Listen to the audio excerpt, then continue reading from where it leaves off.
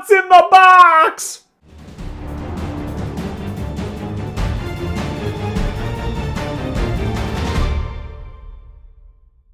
Howdy folks, my name is Richie, aka Bog Otter, here with another Bog Vlog. I got flown out to ArenaNet offices to check out the Heart of Thorns expansion. In fact, they said that we were the first people outside of the development studio to actually get our hands on the game, which is awesome and incredible. Now, I can't actually talk about my gameplay experiences or what I saw because there's an embargo, but it's important that you check out my channel. Stay tuned. Tuesday, March 3rd at 6 a.m. Pacific, at 9 a.m. Eastern time. That's when the embargo lifts, and I can post some gameplay footage that I have. I can talk about my impressions of what I saw. I can I have interviews with some of the developers that I can put up as well, and I interviewed Colin Johansson and Elizabeth and Ruby, and that's so I'm excited to put that stuff out there. And yeah, and you know what? All the press that was there were YouTubers, streamers, writers from different websites. All of them have the same embargo date, so you will see an avalanche of Heart of Thorns information come out next Tuesday. So stay tuned to this channel and the internet in general for all of that news. It should be a pretty fun day when all of that gets exposed.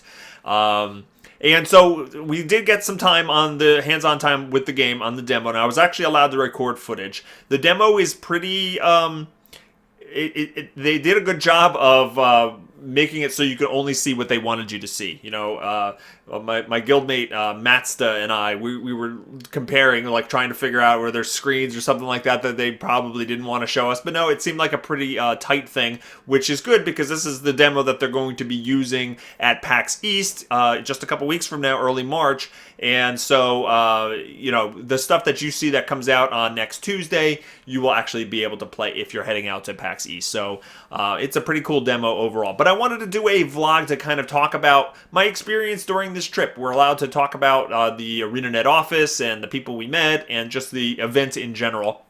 So I'm going to do that.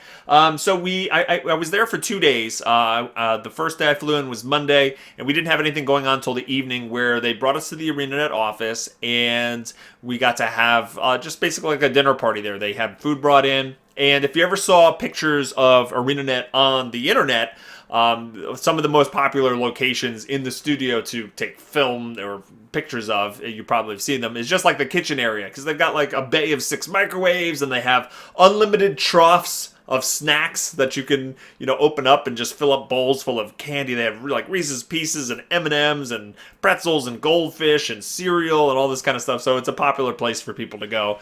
And yeah, it was fun to hang out there, and I got to see like so many different people. I mean, I saw a lot of the ArenaNet staff that, I became friends with over the internet, but then met at PAX South. So I got to hang out with Ruby and Elizabeth, and saw Mike O'Brien and Colin Johansson. And but I also got to, meet some people that I'd never met before. John Corpening, Josh Davis, aka Grouch, Josh Foreman, Bobby Stein, Peter Freeze, Leif Chappelle, Teddy, Mike Z. I'm going to forget people. Regina and Stefan. Lots and lots of people. It was like overwhelming how many, ArenaNet people I got to see. And like just walking around, I was like, I know that person. I've seen that person's face. I don't remember that person's name, but I think I know that person. So that happened over and over again. So apologize if I missed anybody, but there was a lot of people there. And, and that's just the people at ArenaNet. There were so many people from the media side that I got to either meet or see again. I got to spend a lot of time with my good friend Aurora Peachy. We just met for the first time in PAX South, but we've been working together for a long time, so it was fun having more ArenaNet type adventures with her. I got to see my friend Matsta, who is a guildmate of mine. I got to meet Matt Visual for the first time. Right, we've been friends for years now. When I first started my YouTube channel, he was very helpful to me, and then we did like something like 8 or 9 months of Guildcast together. So it was great to finally meet him in person, and he's a super nice guy, just like I knew he would be. And, I got to meet a whole bunch of streamers and stuff like that, other people that I've never actually met before, like Doc and Blue, right? I did a couple episodes of Guildcast with Blue as well. He's a shoutcaster for ArenaNet. Um, you know, I got to see Rihanna again. I met Donna Berry, who's a PvP streamer, and a bunch of media people like from different websites. I got to see Bill Murphy again, and Leif Johnson, and Elliot from Massively Overpowered. I've never met him before. Anatoly, who I used to work with at Massively. And you get the idea. Lots of people, and then there were some big name people like Angry Joe was there, and Tobuscus was there, and Jesse Cox was there. Funny story about Angry Joe and Jesse Cox.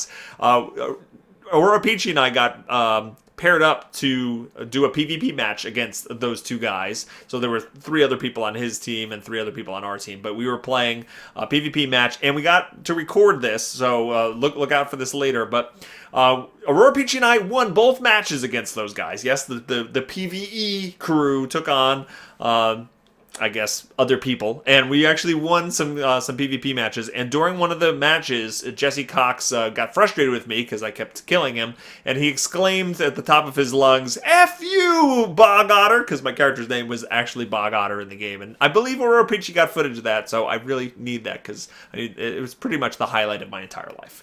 Yeah, I have kids and stuff like that, and I'm very proud of them, but Jesse Cox saying "F you" to me, it's right there. Right there. All right, so that was like Monday. There was the meet and greet, and then Tuesday we got to go to the office. We got to sit in a conference room and have bagels and schmear. And then we talked. Then they talked to us about what we were going to see. We got some hands-on time with the game. We got some recording sessions with the game, and we got to do interviews with the devs. Now you'll see I have 2 interviews that'll be coming up next Tuesday, and they just to kind of pre-warn you, you know.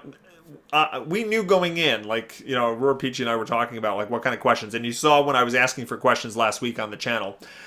There's certain things that they were revealing during this trip, and there's certain things that they weren't. For example, they did not talk about any of the specializations for any of the professions, right? So we knew that interviewing and asking about that would be fruitless.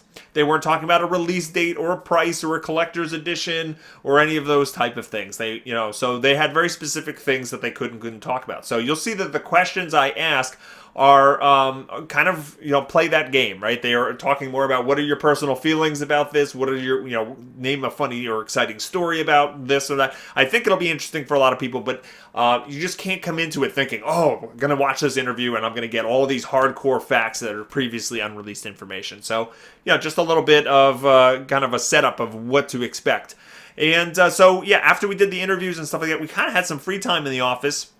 Aurora Peachy and I kind of snuck around and were led around by like Mike Z, and you know, Peter Freeze enabled us to meet one of the devs who works on all of the audio and Foley stuff, which was really cool. So we got to go into the Foley room, and this is where they kind of create all the sound effects for Guild Wars 2. And they actually have this really special room that I can't even imagine how much it must have cost to construct. But they made a room out of like concrete slabs, and they did not attach it to the foundation of the building at all. And apparently it sits on a bed of like rubber wheels, kind of like roller skate wheels. There's like a layer of those so that the room does not attach to the foundation of the building, and it's completely soundproof. And we got to go in there, and they closed the door, and it was really eerie how quiet it was. You didn't hear a hum of anything. You didn't hear the buzz of anything. And the dev that was giving us this tour kind of told us that some people find it like very suffocating in there, and that they actually get very claustrophobic and can't handle it. And other people find that it's very, you know, very peaceful in there. I actually liked it. I like a cave kind of environment myself, but I could definitely see how it could be oppressive to other people. But they had all kinds of knickknacks and things in there that they used to make sound effects. So they had a TV in there, which they kind of bust up, and they have old instruments and different types of ways to make eerie noises. They had punching balloons that they can rub their fingers across to make kind of, I guess, ripping type sounds. And just a whole bunch of stuff that you've seen the behind the scenes for movies and stuff where they do the boots on the sand and they make footprints and different things. So it was really cool to be in this room that, you know, actually created a lot of the sound effects for the game. And they talked about some of the places where they've shot on location to get like different sounds. Like there was a couple of videos a long time ago about where they went to a tunnel system. It was like a nuclear power plant that never got finished, so they had a whole bunch of cool places to pick up echoes. And he talked about how the sound for the Mesmer portal is actually the Guild Wars 1 theme played on like a little music box backwards. And it was just really cool to hear those kind of behind the scenes stories and kind of see where that was created. But just like walking through through the hallways of ArenaNet. Now, we weren't able to do a full tour because Heart of Thorns is still in full design swing, so they have whiteboards full of spoilers and different things, so they were careful of like where we were allowed to go and where we weren't. But just walking through this amazing office space with artwork on every wall that just like eye-popping, like, oh my god, there's Zosha on the wall, and here's a cool mural of all the different classes and different things like that. It was just a really cool, I don't know, there was an energy about the whole building that it was great to just experience and be a part of. It felt like home. It really kind of felt like, oh, this is where I belong. And so, yeah, and then it was just beautiful there, too. Like, you look outside the windows, or there was, like, balconies and stuff like that, and you could see the mountains. You could see Seattle in the distance, and it was just gorgeous. And the weather was insane. It was, like, 60 degrees and sunny, and I come back here, to New Jersey, and it's, like, 18 degrees and freezing, and there's slush on the ground. So, yeah, just it was a magical experience being there. It was really cool being surrounded by just, like everywhere you looked, there were people that I kind of wanted to be around. So I thank you so much to ArenaNet for the amazing experience. And before I go, I want to show you this as well. I got some swag. This is a Guild Wars 2 box with the Heart of Thorns logo kind of burned or engraved in the front. And it smells like wood. It is very... I don't know what kind of wood this is, because I don't have the proficiency in wood smelling. I apologize, but it is a wooden box, and inside is a shirt. And this shirt has the Ritlock. I have another shirt that I got from Guild Wars 2 Guru that it's brown, though. It has the same Ritlock emblem on it. But on the back of this one, we have the Heart of Thorns logo. Yay! So that's really cool. So thank you so much to ArenaNet for having me out there again. It was great to spend time with all those folks. Milad, again, thank you. Regina, thank you so much. And Lizzie Stewart, and I get to meet Chelsea again.